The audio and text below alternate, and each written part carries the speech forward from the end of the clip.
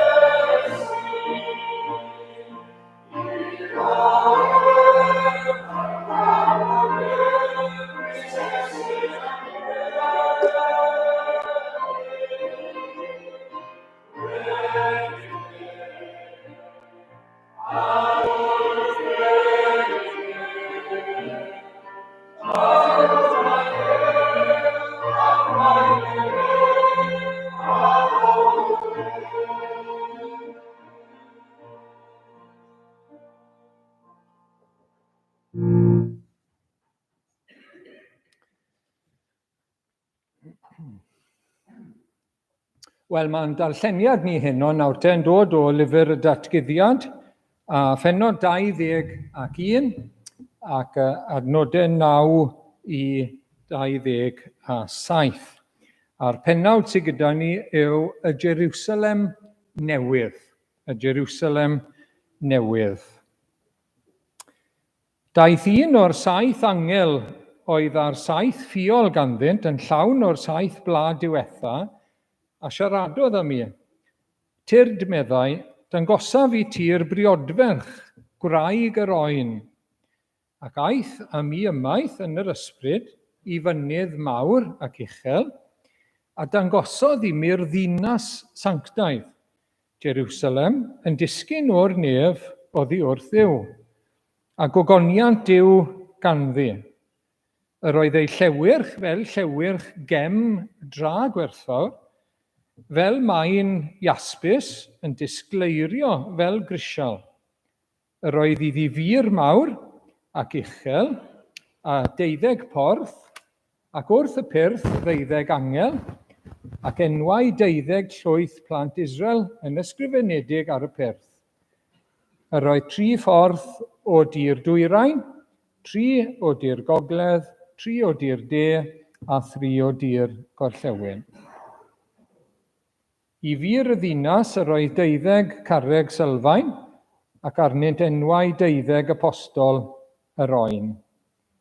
Yr oedd gan yr angel oedd yn siarad am i ffon fesur o air, i fesur y ddinas a'i ffyrdd a'i mir.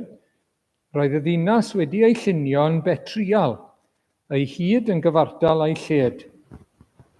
Mesurodd ef y ddinas a'r ffon, yr oedd yn 2,220 o gilomedrau, a'i hyd a'i lled a'i hyllter yn gyfartal. A mesurodd ei mir, yr oedd yn 144 cifydd, yn ôl y mesur dynol yr oedd yr angel yn mesur wrtho. Iaspis oedd defnydd y mir, y wal, a'r ddinas ei hun yn aur pur gloiw fel gwydyr. Yr oedd sylfaeni mir y ddinas wedi ei haddurno a phob math o emau gwerthfawr.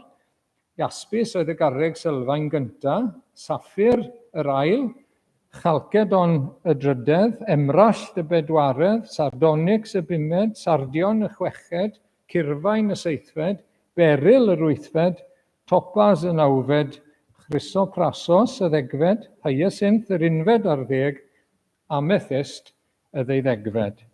A 12 perl oedd y 12 porth. Pob porth wedi ei wneud o 1 perl. Ac yr oedd heol y ddinas yn aur pur, fel gwydyr tryloiw, transparent. A theml ni welais ynddi, oherwydd ei theml hi yw'r arglwydd Dduw, yr holl alluog a'r oen. Nid oes ar y ddinas angen ar haul, na'r lleiad i dywynu arni, oherwydd gogoniant Duw sy'n ei goleuo, a'i lamp hi yw'r oen. A bydd y cenhedloedd yn rhodio neu goleuni hi, a brenhinoedd y ddeiar yn dwyn ei gogoniant i mewn iddi. Byth ni cheir ei ffyrdd y dydd, ac ni bydd nos yno.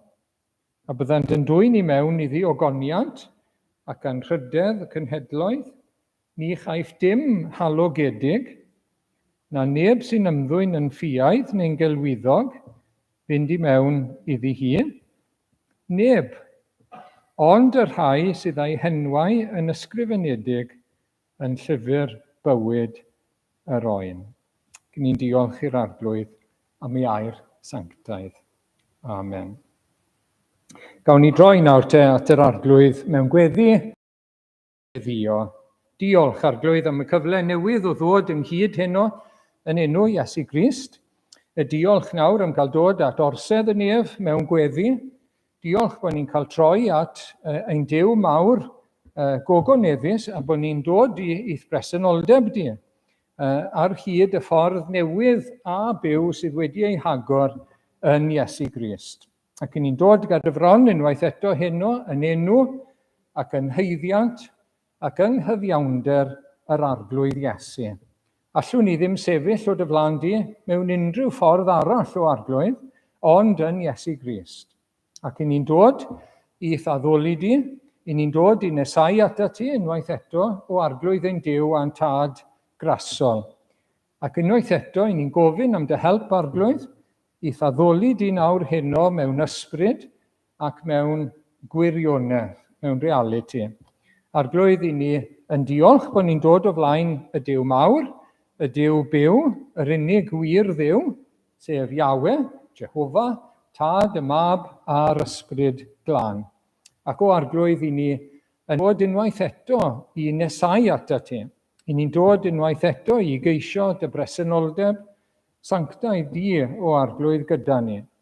I ni'n dod o arglwydd i geisio dy fendith arno ni, fel bod ni'n ymwybodol bod ni ym mhresenoldeb yr arglwydd heno, bod ni'n ymwybodol o lais yr arglwydd yn siarad â ni, ac ysbryd yr arglwydd yn ymwneud â ni.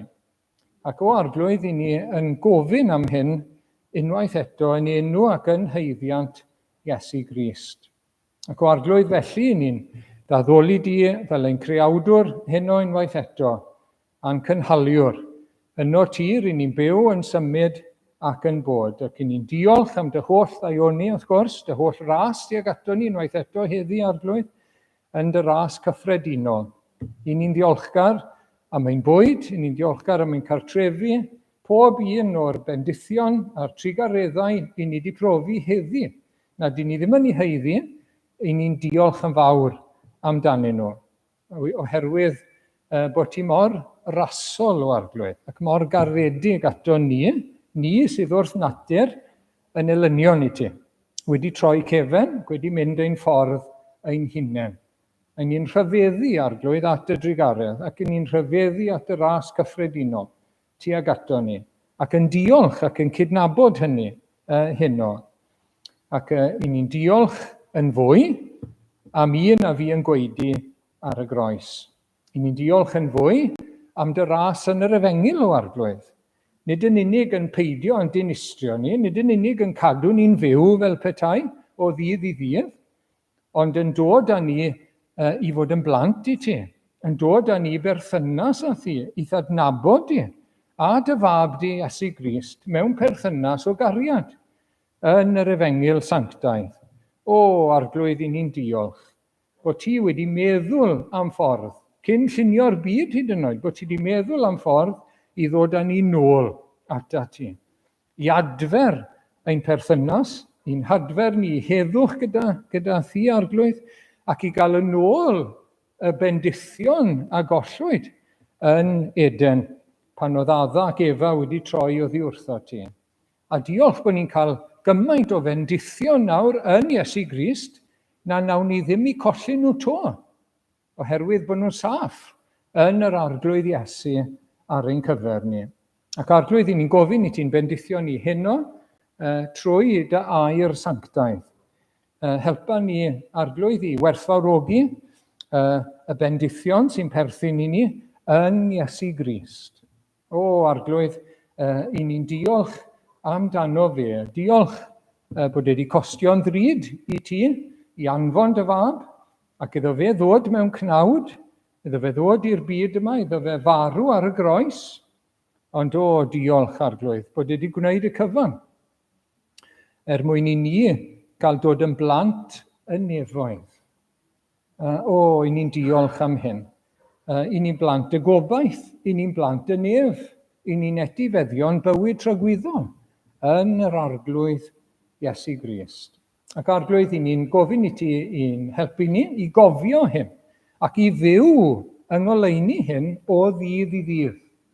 Helpa ni gofio, mae nid plant y tywyllwch i ni nawr, nid plant y diafol i ni rhagor, nid plant y llwybr llydan sy'n mynd i ddistryw, na, i ni'n blant y nef. I ni'n eiddo yr arglwydd trwy Iesu Grist. I ni'n blant y gobaith yn byw sydd gyda ni. Ac o arglwydd, i ni'n gweddio bydd hyn yn aros gyda ni nawr, beth i ti'n yn goffa ni ohono fe yn yr ystrythyr heno, a bydd yn aros gyda ni yn ystod yr wythnos o arglwydd, ac yn effeithio ein bywydau ni, yn ffordd i o feddwl amdano ni'n hunain, a'n bywyd ni arglwydd yn y byd. I ni'n diolch i ti arglwydd, bod ti'n gweud wrtho ni, does dim dinas barhaus i ni fan hyn, ac o arglwydd i ni'n sylweddoli hynny. Byd bregus yw'r byd yma, byd brau iawn, byd cyfnewidiol ansefydlog, bywyd dros dro o arglwydd, bywyd sydd yn lan a lawr, gyda genillion a cholledion, ond o arglwydd, diolch, bod gyda ni fywyd tragwyddol, bod gyda ni obaith yn y nef, sydd yn cael ei gadw ar ein cyfer ni, a bod bendithion y nef yn aros trwy'r amser yr un peth, byth yn newid.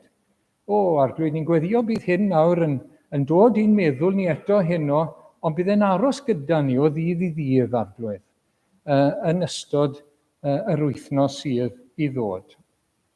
I ni'n cyflwyno y gwaith i ti yma o arglwydd, deled y deyrnas yw ein gweddi ni, a gwneler dewyllus o arglwydd, ac i ni'n gweddio dros gwaith y deyrnas yn ein plith ni ac eglwysu cyfagos o arglwydd ac yn ein gwlad ni. I ni'n meddwl am yr haf nawr, ac i ni'n meddwl am yr cenadaethau ar y trath sydd wedi dechrau nawr, a i ni'n gofyn dyfendith arnyn nhw, y rhai sydd yn cymryd rhan, y rhai fydd yn clywed y neges arglwydd. I ni'n diolch am y gwaith yma, fel wedi bendithio y plant a teuluoedd ar hyd y blynyddoedd.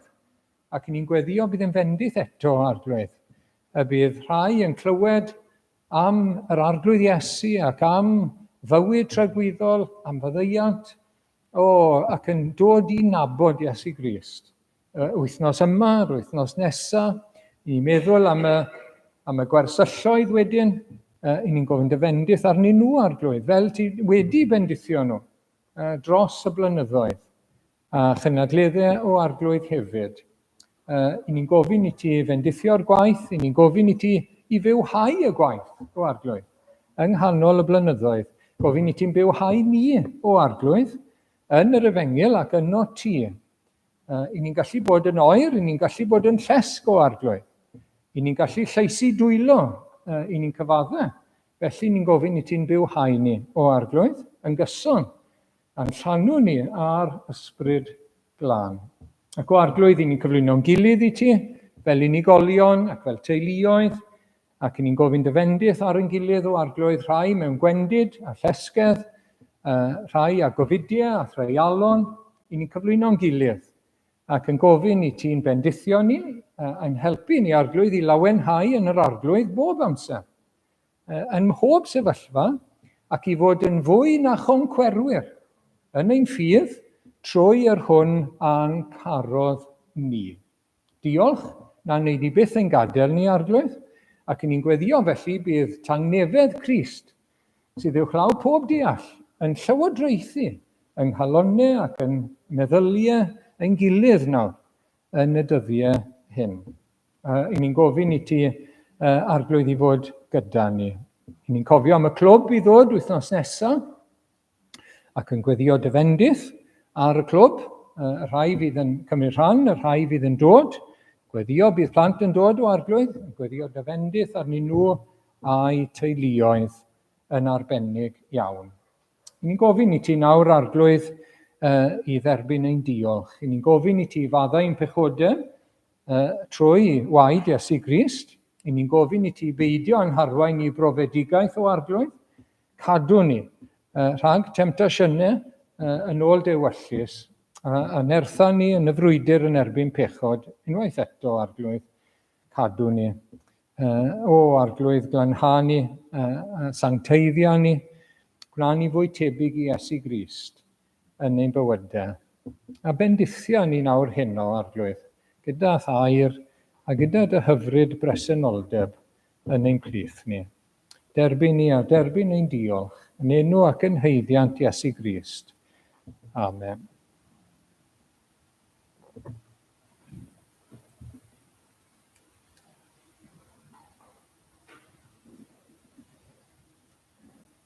Gawn ni droi nawr at yr ail emyn, newyddion braf a ddaeth i'n bro, hwy heiddent gael ei dwyn ar go. Mae Iesu wedi cario'r dydd, caiff carcharorion fynd yn rhydd.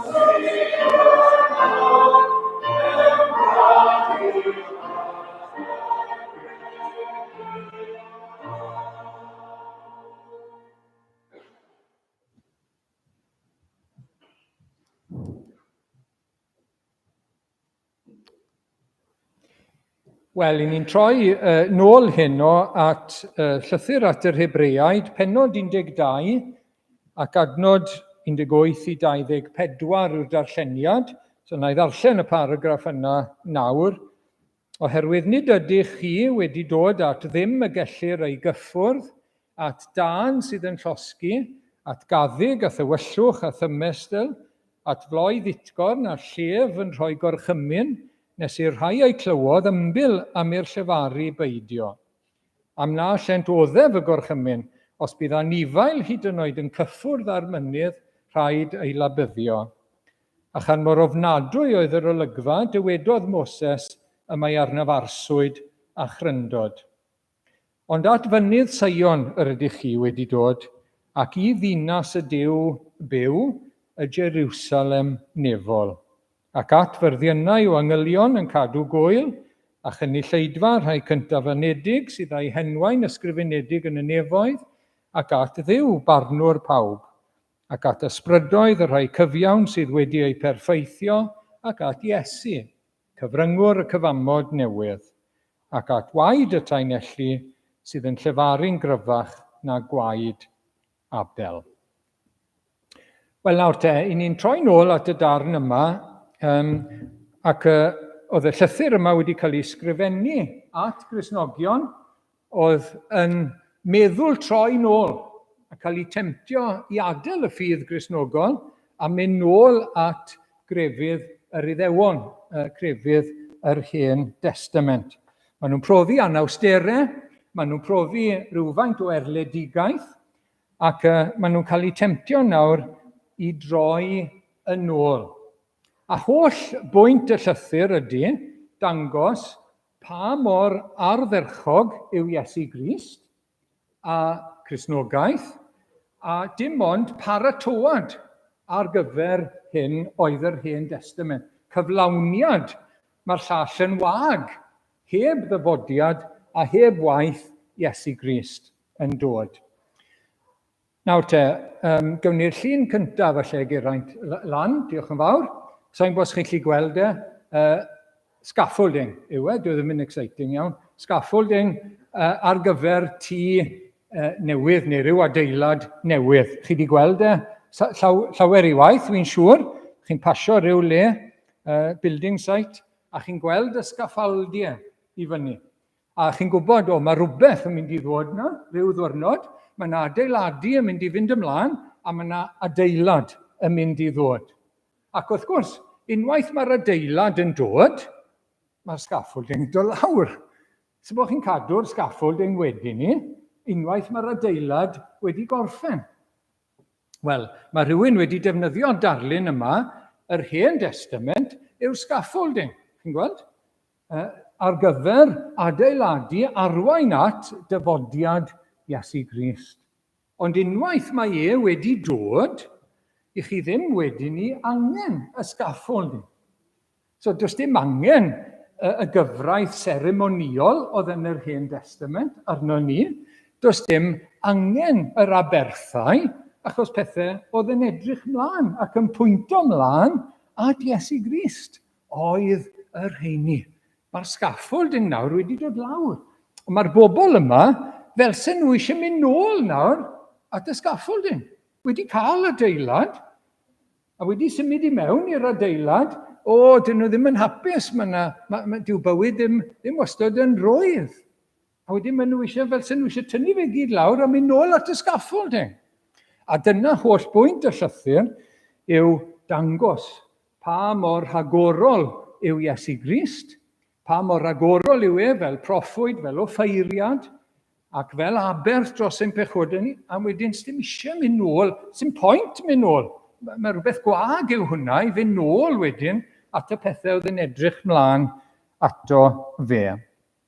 Ac i ni wedi clywed am y darlun yma, am y ddau fynydd, Sinai a Sion, a mae'n atgoffa nhw. Chi ddim wedi dod i Sinai, i mynydd Sinai, lle oedd y 10 gorchymyn wedi cael ei rhoi. Lle ni'n darllen nawr, oedd e'n ofnadwy. Oedd y mwg, oedd y tywyllwch, oedd y sŵn, oedd e gyd yn gweud, cadwch draw, cadwch draw. ond i chi wedi dod at fynydd Sion, lle oedd Jerusalem wrth gwrs. Ac oedd meddwl am fynydd Sion yn rhoi'r argraff a'r teimlad o groeso, lle oedd y Pererinion yn dod, lle oedd y deml, lle oedd modd cwrdd â Duw, lle oedd Duw yn trigo ymhlith i bobl. Wel nawr te, wrth ddod i nabod Iesu Grist, i ni nawr ar fynydd Sion. A'r ail beth mae e'n dweud, beth ni'n mynd i edrych arno fe heno, chi wedi dod at fynydd Sion ac i ddinas y Duw byw, y Jerusalem nefol. Dyna lle ni wedi dod, i ni'n perthyn nawr i y Jerusalem nefol. Ac mae hwn yn bwysig, mae'r thema yma'n bwysig, achos i ni'n byw mewn dyddiau digon anodd fel Cristnogion, i ni'n gallu digaloni,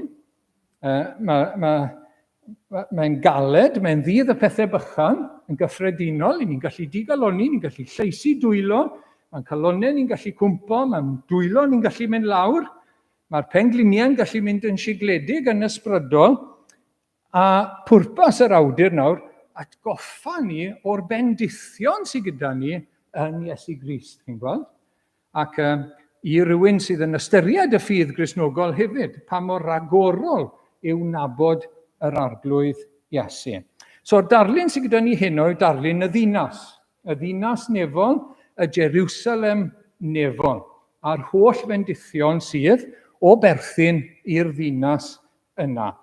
So, cwbl o bethau nawr te, yn gyntaf, mae'n ddinas barhaus. Mae'n ddinas barhaus. Nid dros dro, mae'n mynd i bara byth y ddinas yma. Nawr te, y darlun yw, wrth ddod at Iesu Grist, i gredu yn yr arglwydd Iesu trwy ras, berthynas iawn â Duw, ni nawr wedi dod yn blant y nef. I ni'n blant y nefoedd. A mae Jerusalem ar y ddaear yn rhyw fath o ddarlun, rhyw fath o gysgod. Gwan iawn o'r Jerusalem yn y nef, o'r nefoedd ei hun, y nefoedd y Jerusalem nefol. Na fe, mae'n ddinas barhaus. Ac i ni'n gweld hyd yn oed gydag Abraham yn yr Hen Testament, yr ysbryd glân yn ei ddysgu fe nawr i edrych ymlaen, oedd e'n mynd i wlad Canan, oedd e'n cael ei arwain a'i alw i wlad Canan, ond nid Canan oedd e wir yn edrych mlaen ato. Oedd e'n edrych mlaen yn bellach na hynny o lawer. So, ni'n darllen fel hyn nawr te, Hebreaid 11, oherwydd yr oedd ef yn disgwyl am ddinas ac iddi sylfaeni, a Duw yn bensaer ac adeiladydd iddi. Oedd hyd yn oed Abraham yn gwybod, wel, gafodd e ddim cartre yng Nghanan, wrth gwrs, oedd e mewn pebyll. Oedd e wedi gadael dinas, oedd a tai, gadael i'r Caldeaid yn Irac, a nawr oedd e'n byw mewn pebyll. Na chi newid byd, ynddo fe? Wel, nawr te, ond dim hwnna, oedd e'n gwybod mai nid hwnna oedd ei ddyfodol iawn e. Na, oedd e'n edrych yn bellach. Yn wir, oedd e'n edrych i'r nef ei hunain. Abraham yn yr Hen Testament trwy ffydd, wrth gwrs. Nawr te, sgwn ni, os oes rhywun yn gwybod pa ddinas yw hon? Diolch, Geraint. Dwi ddim yn glir iawn unwaith eto. Wel, mae'n debyg, dyma'r ddinas hynna, y mae rhywun wedi byw yn ddi eriod.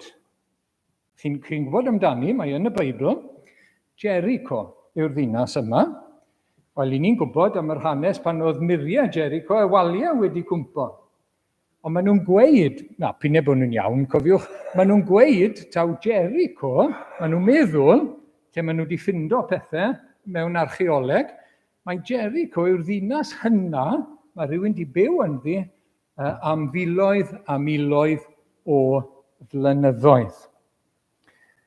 Ond mae y nef yn hollol wahanol i Jericho, allai weid hynny wrtho chi. Ond mae gwlad nawr te, neu dinas barhaus. A beth 'yn ni'n darllen am Abraham, cwpl o bethau, mae e'n ceisio mamwlad, cartre, y nef yw e. Mae e'n dyheu am wlad well. Ac wedyn, mae e'n edrych ymlaen am ddinas barhaus. Fel na oedd Abraham, trwy ffydd. Ac mae hwnna mor werthfawr i chi a fi. Mae mor bwysig. Achos i ni'n byw mewn byd brau, bregus, brwnt. I ni a bywyd dros dro ar y ddaear. Mae bywyd yn ansefydlog ar y ddaear. Ac mae clywed am rhywbeth sydd yn barhaus, yn sefydlog, yn mynd i bara byth, yn werthfawr iawn, iawn. A dyna i ni'n cael wrth ddod at Iesu Grist. I ni'n perthyn i ddinas nefol, i'r nef, a mae hwnna mynd i bara am byth. Am byth ac am byth. I ni wedi cael ein mabwysiadu nawr yn blant y nef. I ni wedi cael ein geni o'r nef pan ni'n cael ein geni o'r newydd. Dyna sy'n wir am y Cristion. Ioan 1:12, ni'n darllen hyn. Cynifer ac ei derbyniodd, pwy bynnag sydd wedi derbyn a croesawu Iesu Grist, fel gwaredwr ac fel arglwydd, a rhai sy'n credu yn ei enw, maen nhw'n cael yr hawl nawr te i ddod yn blant Duw. Plant wedi ei geni, sylwch, nid o waed, nac o ewyllus cnawd, nac o ewyllus gŵr, ond o Dduw. Mae'r Cristion wedi cael ei eni o Dduw, o'r nef, gyda genedigaeth ysbrydol. Wedi cael ein hael eni, fel mae Iesu yn dweud wrth Nicodemus. Pan mae person yn dechrau cael ei argyhoeddi o'i bechod, a'i angen am Dduw, pan mae person yn dechrau meddwl am ei berthynas a Duw, pan mae person yn cyffesu bechod ac yn credu yn yr arglwydd Iesu ac yn rhoi ei ffydd a'i ymddiriedeth ynddo fe, dyma'r broses, mae'n cael ei eni o'r newydd. Mae Duw ar waith ynddo fe, mae bywyd y nefoedd yn dod mewn i'w fywyd e. A mae'r nefoedd yn rhoi cadarnhad iddo fe trwy'r ysbryd glân ei fod e'n blentyn, ei fod e wedi cael ei dderbyn a bod e'n cael ei garu gan Dduw. Mae'n hyfryd iawn. Nawr te, ydych chi wedi cael eich geni o'r nefoedd? Ydych chi wedi cael eich geni o'r ysbryd glân? O ddichod? Ydy bywyd y nef yno chi? A mae hynny'n golygu bod chi'n tynnu tuag at y nef, wrth gwrs. Chi'n tynnu tuag at y Dduw. Chi'n tynnu tuag at yr arglwydd Iesu. Ac yn ymddiried ynddo fe. Medde Iesu Grist, o'n i bai bod ni'n cael ein geni o'r newydd, allwn ni ddim gweld teyrnas Dduw. Heb sôn am fynd i mewn i deyrnas Dduw. Ac wedyn, Iesu Grist, wrth gwrs, yw'r allwedd i'r ddinas. Iesu Grist yw'r allwedd, gyda fe mae'r allwedd. A trwyddo fe, i ni'n dod i berthyn i'r nef ac i ddinas Duw. So, datgyddiad 3, dyma mae'r un sanctaidd, yr un gwir yn ei ddweud. Yr hwn y mae allwedd Dafydd ganddo, yr hwn sy'n agor, ac ni fydd neb yn cau, ac yn cau, a neb yn agor. So fe sy'n ar allwedd, chi'n gweld? Os nag i ni'n nabod Iesu Grist, mae'r drws di cau arno ni. Ond yn Iesu Grist, mae'r drws wedi agor i ni. Ac i ni'n perthyn i ddinas Duw. I ni'n perthyn i'r nefoedd ac i'r ddinas y barhaus.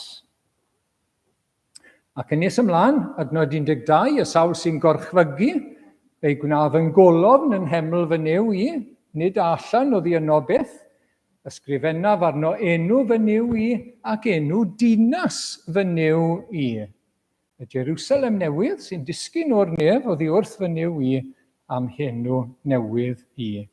Pob un sy'n credu yn Iesu Grist ac yn dal ati tan y diwedd, bydd e'n cael ei gydnabod fel dinesydd, fel un o golofnau y ddinas. Bydd e'n perthyn i'r ddinas nefol barhaus, ysblennydd yn y nef. Effesiaid pennod 2, Mae'r Testament Newydd yn llawn o'r darlun yma, nid estroniaid a dieithriaid ydych mwyach, ond cyd-ddinasyddion, citizens, na fe, chi'n perthyn i'r ddinas. Cyd-ddinasyddion ar saint ac aelodau o deulu Duw. Pobl yw rhain, fel ni, o ddim yn Iddewon, ond ni ddim yn gwybod am bethau Duw o'r blaen, ond ni wedi credu yn Iesu Grist. Nawr, i ni mewn yn y ddinas, i ni'n blant yn urdd, fel saint yr Hen Testament, i ni mewn, ac i ni'n perthyn i deulu Duw. A chi fendithion sydd gyda ni yn yr arglwydd Iesu. Ac i orffen Hebreaid 13 ar y pwynt yma, oherwydd nid oes dinas barhaus gennym yma. Nid fan hyn mae ddi. Ceisio rydym yn hytrach y ddinas sydd i ddod. A mae hwn yn bwysig iawn a mae'n werthfawr iawn yn dywe. Mae person sydd â'i holl fryd, sydd â'i holl obeithion yn y byd hwn, mae'n drienus, a gweud y gwir. Mae'n drienus. Mae'r byd yn ansefydlog, mae'r byd lan a lawr, mae'r byd yma dros dro. Pwy obaith yw gobeithio yn y byd hwn? Dim ond pethau'r byd hwn. Dyw e ddim yn para. Ac i ni'n gwybod hynny ond i ni. Ond yn Iesu Grist, i ni'n perthyn i ddinas barhaus. Mae'r bendithion i ni'n cael, yn Iesu Grist, maen nhw'n para. Maen nhw'n para byth. Dyn nhw'n dod i ben, dyn nhw ddim lan a lawr. Mae bywyd lan a lawr, mae'r amgylchiadau lan a lawr, ond mae'r bendithion yn Iesu Grist yn para trwy'r cwbl. Mae e'n fugail i ni bob amser, mae'n graig i ni trwy'r amser. Mae'n para. Mae'n para, yn ffyddlon ac yn dda i ni, mae'n ein cynnal ni, mae'n ein nerthu ni, yn ôl y dydd, y bydd dy nerth. Mae'n para. Ac wedi ni, mae'r gwell, mae'r gorau i ddod. Byddwn ni'n cael mynd ato fe i'r gogoniant i nefadeua'r newydd. Ydy'r gobaith yma gyda chi heno yn yr arglwydd Iesu Grist. Fel Cristnogion, mae'n bwysig bod ni'n rhannu'r gobaith yma. Yna gymaint o bobl o'n cwmpas ni heb y gobaith yma. Heb y gobaith i allu edrych ymlaen at y gogoniant, i edrych ymlaen at fywyd tragweddol, i edrych ymlaen at fod gyda Duw, bod gyda'r arglwydd Iesu, mewn stad o wynfyd pur. Heb brofi blas yn ef, i ni wedi profi blas yn barod, trwy'r ysbryd glân sydd wedi cael ei roi i ni. I ni'n wyn ein byd, chi'n gweld, i ni wedi profi blas maddeuant, blas cariad Duw. Rhagblas yw e o'r gogoniant sydd i ddod. Mae'n bwysig bod ni'n rhannu'r gobaith yma gyda gymaint sydd heb y gobaith o'n cwmpas ni. Yn ail, mae'n ddinas gadarn. Mae'n ddinas gadarn. Hynny yw, mae'n ddiogel. Eseia 26, yn y dydd hwnnw, cenir y gan hon yng Ngwlad Jwda, y mae gennym ddinas gadarn. Y mae'n gosod iachawdwriaeth yn furiau a cheirau iddi. So mae'n ddinas gadarn ddiogel, saff. Reit, driwn ni eto gyda'r dinasoedd. Chi'n gweld hwnna? So fi'n gwybod pa ddinas yw honno ta. Sneb y metro. O, diolch Geraint. Nawr te. Di hwnna'n help? Abu Dhabi. Abu Dhabi yw'r ddinas yna. Eto, os chi'n edrych lan, y ddinas mwyaf diogel yn y byd o ran security a bethu. Mae'n debyg yw Abu Dhabi. Chi'n gwybod hynny? O'n i ddim yn gwybod na. Mae systemau diogelwch proactif iawn gyda nhw. Mae ffocws mawr ar gadw heddwch a threfen yn y gymuned, gwella ansawdd bywyd trigolion ac ymwelwyr. Wel, na fe, dyna maen nhw'n gweud. Y ddinas mwyaf diogel, Abu Dhabi. Nawr te, beth am y ddinas nefol te? Beth am beth sydd gyda ni yn Iesu Grist? Wel, sylwch, os allwn ni fynd nôl at yr adnod, Geraint, diolch yn fawr, iachawdwriaeth yw'r muriau, iachawdwriaeth Duw, achubiaeth Duw.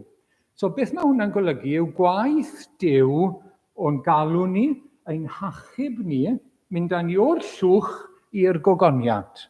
Y gwaith o'n hachub ni, gwaith iachawdwriaeth, mae hwnna mor gadarn, mor solid, na neu fe byth dorri. Gallai byth cael ei gymryd bant, gall neb torri trwyddo fe a difetha fe. Dyna beth i ni yn dysgu y fanna. Ac wrth gwrs, pan ni'n dod at yr arglwydd Iesu, i beth i ni'n dod i weld a dysgu yn y Testament Newydd, yw bod Duw wedi gafel yno ni. Ni wedi dod i afael Duw, a mae afael yn sicr. A dyw ddim yn gollwng gafel ar ei bobl. Felly, Rhufeiniaid pennod 8, un o'n hoff adnodau pobl Dduw, y rhai a ragordeiniodd, yn wir mae Duw wedi meddwl amdano ni cyn creu y byd hyd yn oed. Rhai a ragordeiniodd fe'i galwodd, wedi'n galw ni i ddod at Iesu Grist, a rhai a alwodd fe'i cyfiawnhawodd, wedi'n derbyn ni yn llawn trwy Iesu Grist, a rhai a gyfiawnhawodd fe'i gogoneddodd. A dyma'r broses i gyd. Mae wedi meddwl amdano ni, wedi trefnu ar ein cyfer ni, wedi'n galw ni, ein gwisgo ni a gyfiawnder, a mae'n mynd i wneud ni'n sanctaidd yn y diwedd mewn gogoniad. Proses Duw o achub ei bobl. Y rescue proses yw hwn i gyd. Ac mae'n gadarn, mae'n gryf. Dyw e ddim yn torri, chi'n gweld? Mae fel dinas gadarn. So, y llun nesaf, ni wedi cael llun fel hyn o'r blaen. Dyma chi y broses, un o ffyrdd mae pobl yn cael eu hachub o'r môr. Maen nhw'n cael eu codi i winsio ar y weiren fawr na, yr cebl na. A dyna sy'n dala nhw lan. Nid y person sydd, mae doi berson, wrth gwrs, mae un yn perthyn i'r bobl achub, a un yn cael ei achub, ond nid y person sy'n dala, na y cebl sy'n dala nhw fan hyn, a mae'r cryfder o'r helicopter ar y cebl yn dala nhw lan, chi'n gweld? A weithiau yn goffo cario nhw yn saff ac mynd â nhw i'r ysbyty neu beth bynnag. Wel, dyna chi afael Duw arno ni yn Iesu Grist. Mae'n saff, mae'n gadarn. A pictiwr heno, mae fel dinas gadarn. Gall neb torri trwyddo fe. Fel hyn mae Dafydd yn gweud yn Salm 34. Angel yr arglwydd, Beibl William Morgan yw hwn, achos y gair castell, dwi'n licio'r gair yma, angel yr arglwydd a gastella o amgylch y rhai ei hofnant ef ac ei gwared hwynt. Na chi ddarlun hyfryd. Gwersylla, medde'r Beibl Newydd, ond castell o'n cwmpas ni. Dyna chi ras Duw yn Iesu Grist. Fel castell, fel y waliau mawr na. I'n cadw ni, wrth gwrs, yn ddiogel ynddo y fe. Ac wedyn, Salm 46, i orffen hyn, mae afon a'i ffrydiau'n llawenhau dinas Duw. Preswylfa sanctaidd y goruchaf, mae Duw yn ei chanol, nid ysgogir hi. Geith hi ddim ei siglo, cynorthwya Duw hi ar doriad y dydd. Dyna beth mae'n golygu berthyn i'r arglwydd Iesu, i fod yn Iesu Grist, mae fel bod yn y ddinas, a Duw yn y canol, ac afon yn dod i'n cynnal ni, a'n cadw ni, a'n diogelu ni. Ond mae yna ddiogelwch, mae yna wir ddiogelwch yn yr arglwydd Iesu Grist. Ydych chi yn y ddinas gadarn heno? Oeddi'n bywyd ni fel Cristnogion yn adlewyrchu bod ni mewn dinas gadarn ar hyn o bryd. Bod ni'n gwybod bod ni'n ddiogel yng Nghrist. Mae fe yw'n ffocws ni wrth gwrs.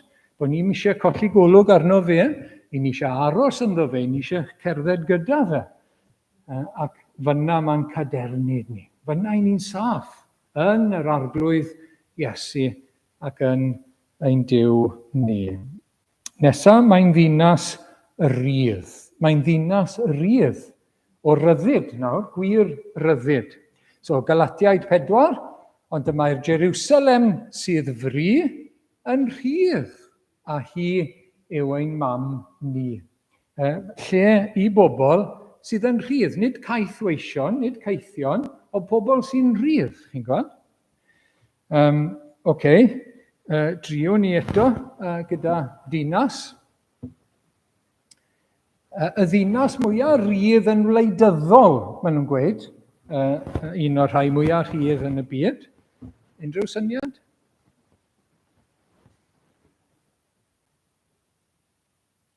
Na. Lausanne yw'r ddinas yna, Lausanne. A beth maen nhw'n gweud am Lausanne, hynny yw o ran democratiaeth nawr a pethau fel yna. Democratiaeth ar ei gorau, hawliau pleidleisio a chyfleoedd i gymryd rhan yn y gymdeithas i rai sydd yn ddinasyddion bod nhw wedi dod o wledydd eraill sydd wedi byw yn y Swistir am gyfnod sylweddol. So, rhyddid politicaidd a pethau fel yna maen nhw'n feddwl am Lausanne. Ond beth am y Jerusalem nefol nawr te? Mae'n ddinas rydd. Nid i bobl sydd yn geithion, nid i slaves, nid i gaeth weision. Iesu Grist sy'n rhoi gwir ryddid i ni mewn bywyd.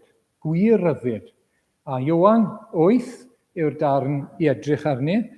Yn wir, rwy'n dweud wrthych fod pob un sy'n cyflawni pechod yn geithwas i bechod. Nawr, dyma'n cyflwr naturiol ni, i ni'n bechaduriaid, a ni ffili dod yn rhydd ohono fe. I ni ffili torri mas o'n pechod. I ni'n gaeth. I ni'n glwm iddo fe, pob un ohono ni wrth natur. Ac nid oes gan y ceithwas le arhosol yn y tŷ, yn hi ddiw, neu yn ninas ddiw. I ni'n gallu perthyn, achos di ni ddim yn rhydd, i ni'n gaeth weision pechod. Ond nawr te, mae'r mab yn aros am byth, felly os yw'r mab yn eich ryddhau chi, byddwch yn rhydd mewn gwirionedd. Wrth ddod i nabod Iesu Grist, i ni'n dod yn rhydd o gaethiwed pechod. So dyw pechod nawr ddim yn frenin arno ni, ddim yn feistr creulon arno ni, fel bod ni ffili torri'n rhydd, bod ni ffili gweud na wrth bechod, bod ni ffili byw nawr i blesio Duw, na. A Iesu Grist yn ein torri ni'n rhydd.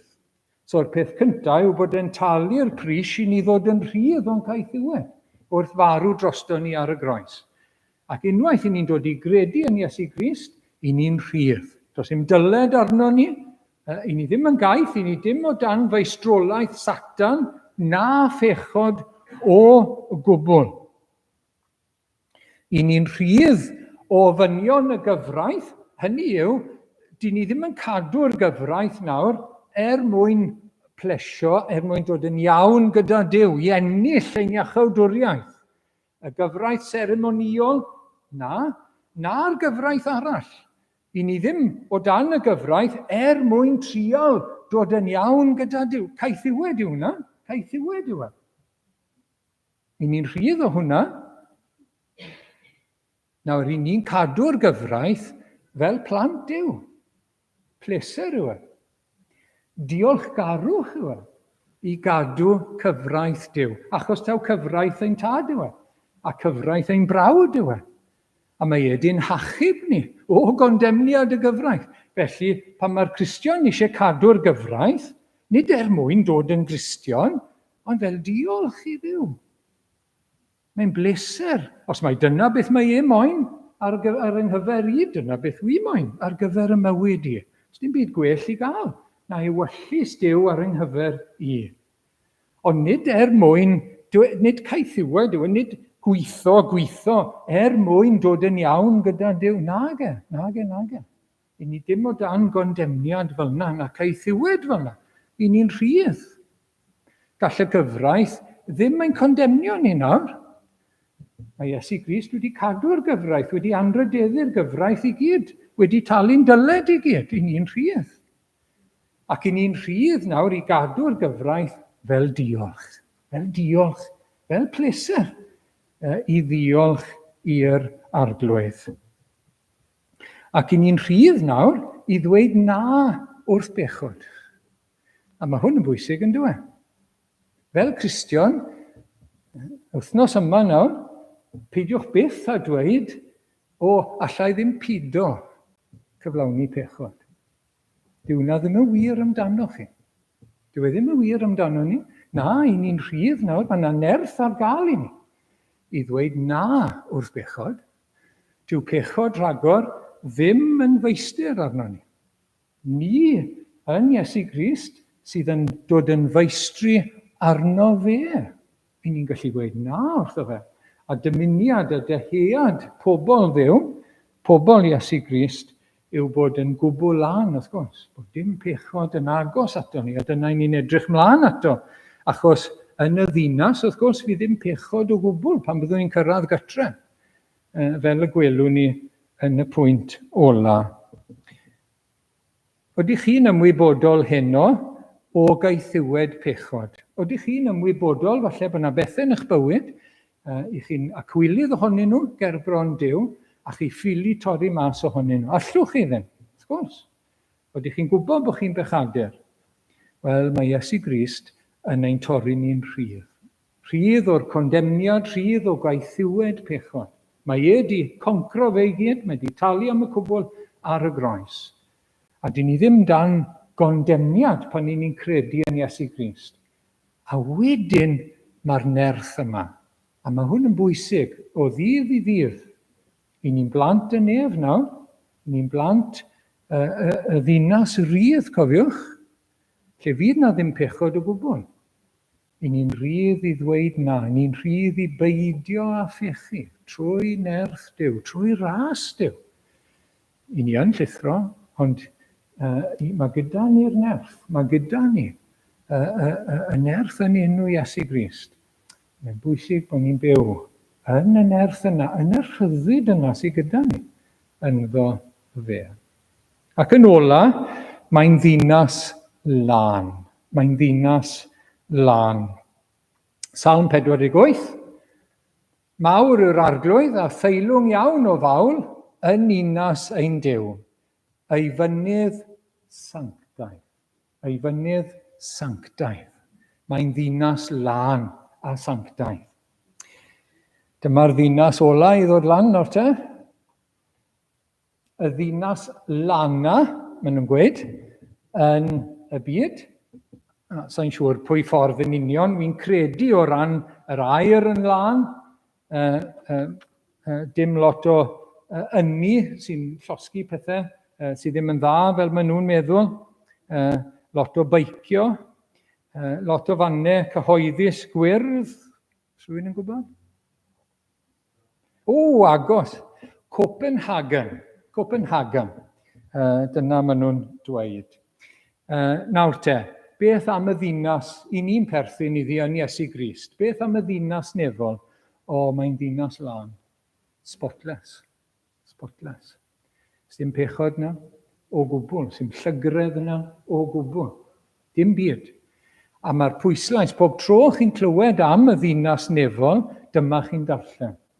Dwi wedi darllen o llyfr datguddiad heno. Dyma chi, goffa chi nawr te, o 2 adnod. Na fe? 21:8. Ac pwy sydd ddim yn gallu dod i'r ddinas. Pwy sydd ddim yn gallu dod na? Y llwfwr, y rhai sydd ddim yn troi at Dduw ac yn credu ac yn mentro ar Dduw. Y digred, y ffiaidd, y llofruddion, y peteinwyr, y diwyniaid, yr eilyn addolwyr, a phawb celwyddog, ei rhan hwy bydd y llyn sy'n llosgi gan dan y brwmstan, hynny yw yr ail farwolaeth. Hynny yw pechaduriaid sydd yn cadw at ei pechod. Pechaduriaid sy'n glynu wrth ei pechod. Sydd ddim yn ei gyffesu, sydd ddim trwy ras Duw yn edifarhau ac yn troi oddi wrtho fe, sydd ddim yn ceisio Iesu Grist i gael maddeuant a ryddhad a gorchfygaeth drosto fe. Os i ni'n aros yn ein pechodau, does dim lle i ni yn y ddinas sanctaidd. Does dim. A mae hwnna'n rhedeg trwy y Testament Newydd. Trwy y Testament Newydd. Gawn ni ddod at yr adnod ola nawr te, sef adnod 27, adnod ola y benod hefyd. Ni chaiff dim halogedig, so llygredig, impŵar yn clun, neb sy'n ymddwyn yn ffiaidd neu'n gelwyddog, so dim rhagryth, dim cuddio pechod dan y mat ac ymddangos yn dda ar y tu fas, fynd i mewn iddi. Neb ond yr rhai sydd â'i henwau'n ysgrifenedig yn llyfr bywyd yr oen. Siwrd i ni'n dod yn lân.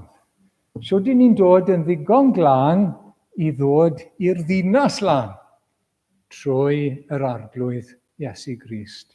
Trwy bod yn henwen i yn llyfr bywyd yr oen.